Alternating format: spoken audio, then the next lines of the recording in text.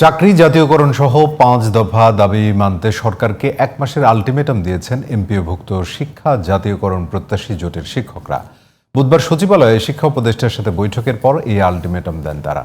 এর আগে জাতীয় প্রেস ক্লাবের সামনে সড়কে সমাবেশ করেন শিক্ষকরা। বিস্তারিত হাসান আল মামুনের রিপোর্টে। বুধবার জাতীয় প্রেস ক্লাবের সামনে সড়কে চাকরি জাতীয়করণ সহ ৫ দফা দাবিতে সমাবেশ করেন সারা দেশ থেকে আসা এমপিওভুক্ত শিক্ষা জাতীয়করণ প্রত্যাশী জোটের শিক্ষকরা।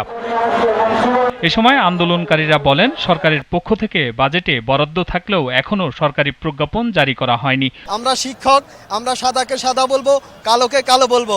ওই সময়গুলি দূর করে আমাদের জাতীয়করণের ব্যবস্থা করবেন বলে আমি এই বর্তমান সরকারের প্রধান উপদেষ্টা এবং শিক্ষা উপদেষ্টা, শিক্ষা সংশ্লিষ্ট সবার কাছে এই সমাবেশ থেকে জোর দামা জানাচ্ছি। আমাদের বাড়ি ভাড়া ৪৫%, আমাদের চিকিৎসা ভাতা ১৫০০ টাকা, আমাদের উৎসব ভাতা 100%। সমাবেশ শেষে সচিবালয় অভিমুখে পদযাত্রা কর্মসূচি থাকলেও পরে তা স্থগিত করা হয়। পরে শিক্ষা উপদেষ্টার সঙ্গে দেখা করেন ১২ সদস্যের প্রতিনিধি দল। শিক্ষা উপদেষ্টার সঙ্গে সাক্ষাৎ শেষে নতুন কর্মসূচি ঘোষণা করেন এমপিওভুক্ত শিক্ষা জাতীয়করণ প্রত্যাশী জোটের সদস্য সচিব অধ্যক্ষ দেলোয়ার হোসেন আজিজি।